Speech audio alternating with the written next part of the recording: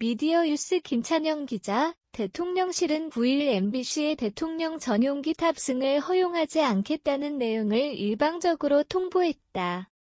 대통령실은 MBC가 외교와 안보에 관련된 내용을 왜곡하여 대중들에게 보도한 것을 근거로 전용기 탑승을 불허한 것으로 밝혔다. 왜곡된 편파 보도는 바이든과 관련된 난리면 사태를 지칭하는 것으로 보인다. 언론의 정화를 위한 정당한 조치라는 입장과 언론의 자유를 탄압하는 반민주적 행태라는 주장이 격렬하게 충돌하고 있다. 일각에서는 대통령실의 전용기는 세금으로 운용되는데 마치 대통령이 사유물인 것처럼 행동하고 있다는 지적도 나오고 있다. 대통령실은 대응의 방향을 잘못 잡았다. 날리면 사태에 대한 사실에 대한 공방과 특정 집단의 잘잘못을 떠나서 간접적인 언론 통제의 방식은 시대착오적 발상이다. 전용기 탑승만 못할 뿐 현장에서 취재할 자유를 억압하지 않았다는 주장은 적절하지 못하다. 그러한 간접적 통제의 방식은 반민주주의 맹화를 싹트게 한다. 대통령실의 조치는 치사하면서도 뻔뻔한 것으로 유아퇴행적 모습처럼 보이기도 한다. 내가 때렸으니 나도 때린다는 식의 발상이다. 그러나 그러한 유아틱한 행동 속에는 언론에 대한 엄중한 경고가 담겨 있다. 자신에게 위해를 가한다면 누구든지 보복하겠다는 경고이다. 이번 조치는 쉽고 가벼이 넘어가서는 안 될 일이다. 대통령실의 반민주적 언론 탄압의 발로에 대해 당당히 잘못되었음을 이야기해야 한다. 한겨레는 MBC에 대한 보복 조치를 목도하고 본인들도 전용기 탑승을 거부하며 일종의 저항을 표명했다.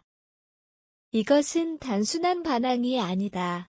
시대를 역행하는 불순한 태도로부터 언론계를 보호하려는 긍정적이고 고무적인 행동이다. 진보와 보수를 떠나서 언론사들은 한겨레가 터뜨린 저항의 식을 확산해야 한다.